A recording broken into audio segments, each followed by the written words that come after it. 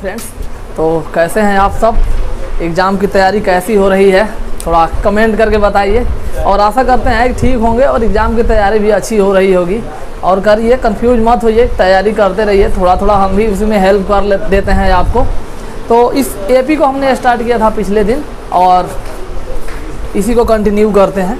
एक क्वेश्चन है, so that the sum of the all term of an AP whose first term a, first term क्या है इसका? A है, first term a है, and second term b and the last term is c, equal to a plus c into b plus c minus 2a upon 2 into b minus a. मतलब sum of all term, मतलब इस AP का सम of all term जो है, all term मतलब कि जितने भी टर्म है उसमें लास्ट टर्म सी है, सम ऑफ ईच टर्म में कितने होंगे, इतना होंगे, ये प्रूफ करना है हमें। तो चलिए शुरू करते हैं। और हाँ, आपने अगर चैनल को सब्सक्राइब नहीं किया है तो सब्सक्राइब कर लीजिए। इसी तरह से क्वालिटेटिव वीडियो हम लोग देते रहते हैं। तो चलिए शुरू करते हैं।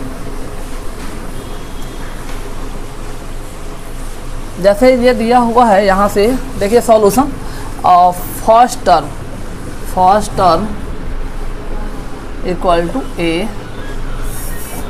Second term equal to b and last term equal to c. तो इस तरह से एपी जो बना होगा अपना, इस तरह से बना होगा ए बी और लास्ट टर्म जो है सी है। अगर इसका कॉमन डिफरेंस हम निकालें, कॉमन डिफरेंस इक्वल टू क्या हो जाएगा? बी माइनस ए, कॉमन डिफरेंस आ जाएगा बी माइनस ए। अगर हम लोग टी एन लिखे, इसका टी एन मतलब कि ए एन अगर निकाले, nth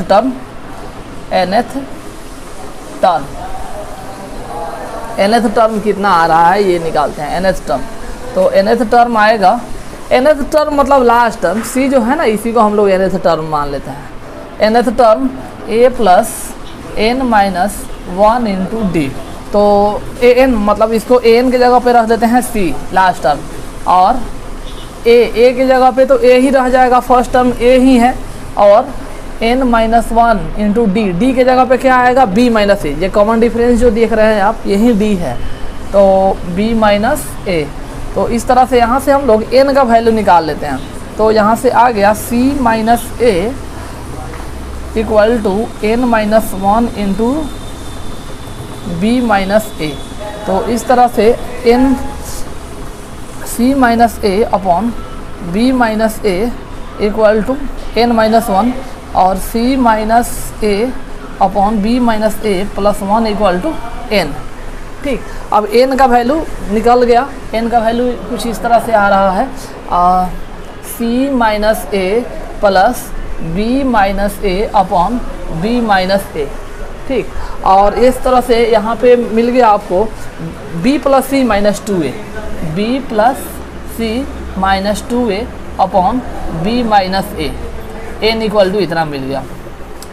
अच्छा, अब n मिल गया तो हमें Sn निकालना है। Sn निकालना था, इसी वजह से n निकाले, क्योंकि n बाई 2 plus n minus 1 into D होता है। तो Sn का जो फार्मूला है, एक an के फॉर्म में जो फार्मूला है उसका यूज करेंगे। Sn इक्वल टू n बाई 2 a प्लस टी एन मतलब कि ये लास्ट टर्म होता है। तो Sn n के जगह पे कितना रखना होगा? इतना, b plus c minus 2a upon b minus a. तो b plus c minus 2a upon b minus a, और नीचे में बाई 2 है तो बाई 2 भी हो जाएगा यहाँ पे।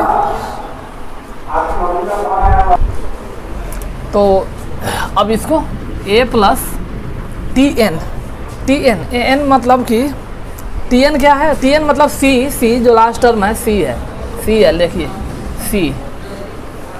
तो अब जो प्रूव करना था वो आ गया, देखिए a प्लस सी भी आ गया है, a प्लस सी। अब b plus c minus 2a ये भी आ गया है, b plus c minus 2a, और नीचे में है 2 इंटू बी माइनस ए। यही प्रूव करना था, प्रूव हो गया। आई होप समझ में आ गया होगा। जैसे जैसे जैसे जिस चीज़ की ज़रूरत पड़ती है ना उस चीज़ को निकालना होता है, या तो दिया रहेगा क्वेश्चन में या जो नहीं दिया रहता है उसको निकालना पड़ता है। जैसे n नहीं दिया था इसमें तो n निकाला हमने, और d नहीं दिया हुआ था तो d को निकाला हमने, और n और d निकाल दिया, और tn तो दिया हुआ था, लास्ट टर्म जो दिया हुआ वही tn है, तो उसका यूज करके हमने प्रूफ कर दिया। और इसी तरह से करना होता है जैसा जैसा क्वेश्चन होता है कि क्या दिया हुआ और क्या कैसे प्रूफ करना है, क्या क्या ज़रूरी है प्रूफ करने के लिए। चलिए इसके बाद फिर एक और क्वेश्चन, ये सेकेंड क्वेश्चन है, और सेकेंड क्वेश्चन क्या बोलता है कि if m times the mth term, किसी AP का m times of mth term, mवे टर्म का m टाइम्स, मतलब m टाइम्स मतलब m गुना of an AP is equal to n times the nth term and m not equal to n, m और n दोनों क्या है, इक्वल नहीं है, so that it's m plus nth term is 0, m plus nth term को 0 show करना है। तो जो दिया हुआ कंडीशन है ना उसी के तहत हम लोग पहले लिखेंगे, और उसमें देखेंगे कि m प्लस nth टर्म जो है ना 0 आता हुआ दिखाई देगा, क्योंकि directly m plus nth term निकाल के और 0 कर देना ये पॉसिबल नहीं है कि m plus nth term AP भी नहीं दिया हुआ है, तो एक AP मानना पड़ेगा कि एक AP है जिसका term A, first term A है, कॉमन डिफरेंस D है। अगर AP दिया रहता तो हम लोग direct m plus nth term निकालते, लेकिन AP नहीं दिया हुआ, तो जो चीज़ दिया हुआ उसी पे काम करना होता है। फिर उसमें जब 2-4 स्टेप लिखेंगे तो आपको दिखेगा खुद ही कि करना क्या है और आगे। तो जो दिया हुआ है m times the mth term,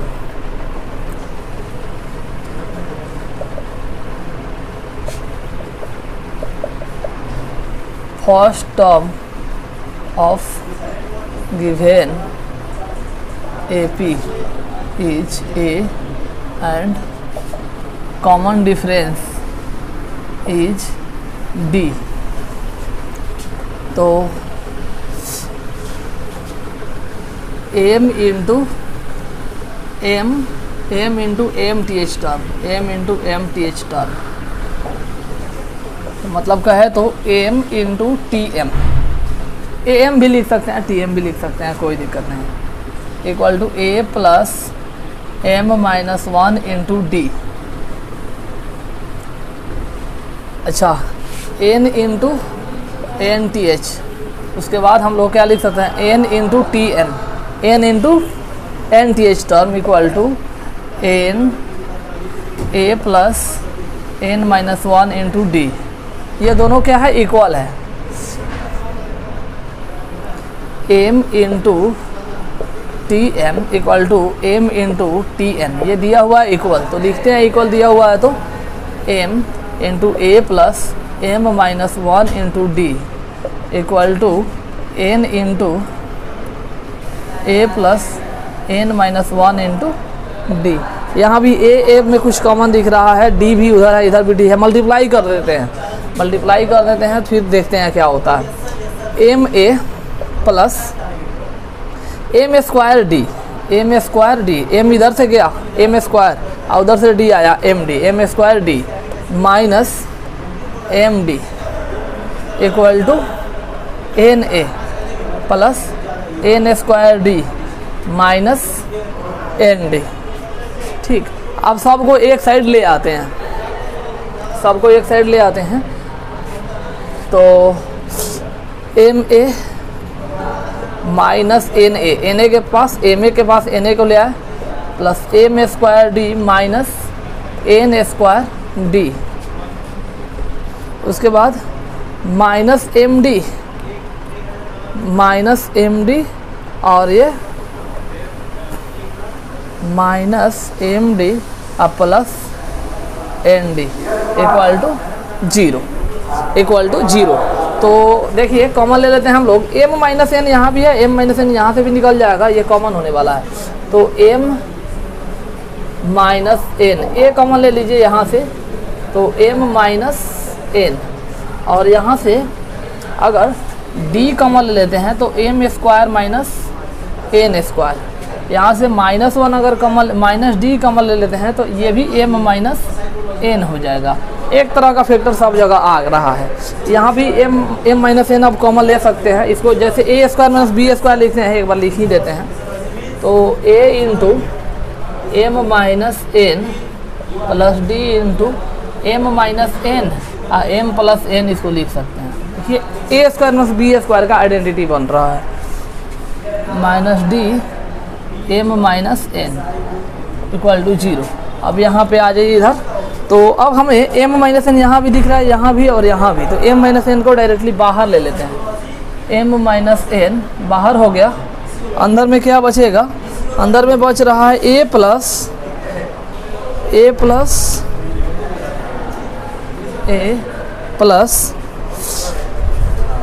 यहाँ बचेगा एम प्लस एन, साथ में डी भी रहेगा, एम प्लस एन और साथ में d minus d equal to 0। तो m minus n a plus m plus n minus 1 into d equal to 0। देखिए दो फैक्टर का मल्टीप्लिकेशन 0 आ रहा है। देखिए ये अंदर में इसको देखेंगे ध्यान से, तो a plus m plus n minus 1 into d है, ये क्या है, t m plus n t h term, मतलब कि एन के जगह पे एम प्लस एन हो गया। वहीं तो पूछ रहा था एन के जगह पे m plus n t h term, तो m plus n t h term हुआ यहाँ पे। तो इसको ऐसे लिख सकते हैं एम माइनस एन और ये t m plus n equal to 0। अच्छा अब ये दो फैक्टर का मल्टीप्लिकेशन 0 है, इसमें से दोनों में से 0 कौन होगा, इसमें से दोनों में से 0 जो होगा ना वो m माइनस एन 0 नहीं हो सकता। क्यों m माइनस एन 0 नहीं होगा, क्योंकि m n के इक्वल नहीं है। m और n दोनों इक्वल रहेगा तभी तो घटाएंगे तो 0 होगा, लेकिन m और n इक्वल तो है ही नहीं, तो ये 0 तो नहीं होगा। कौन 0 हो सकता है, ये वाला फैक्टर 0 होगा। बहुत इंपॉर्टेंट बात है, दो फैक्टर का मल्टीप्लिकेशन अगर 0 आ रहा है तो या तो दोनों 0 होगा या फिर दोनों में से कोई एक 0 होगा। तो दोनों 0 यहाँ पे नहीं है, m माइनस एन क्या है, 0 नहीं है। देखिए m इक्वल टू एन नहीं है, m not equal to n, इसलिए m माइनस एन 0 नहीं हो सकता है। खैर देखिए अब, इसलिए t m plus n equal to 0, यही प्रूव करना था हमें, प्रूफ मतलब शो करना था ये। तो चलिए आज के लिए इतना ही, और इसी तरह से अच्छे से पढ़ते रहिए, कन्फ्यूजन में मत रहिए। जो भी कुछ कन्फ्यूजन हो वो कमेंट बॉक्स में लिख के हमें दीजिए। कोई क्वेश्चन हो, कोई कंसेप्ट हो कि ये नहीं समझ में आ रहा है तो हम उसका रिप्लाई करेंगे। चलिए थैंक यू।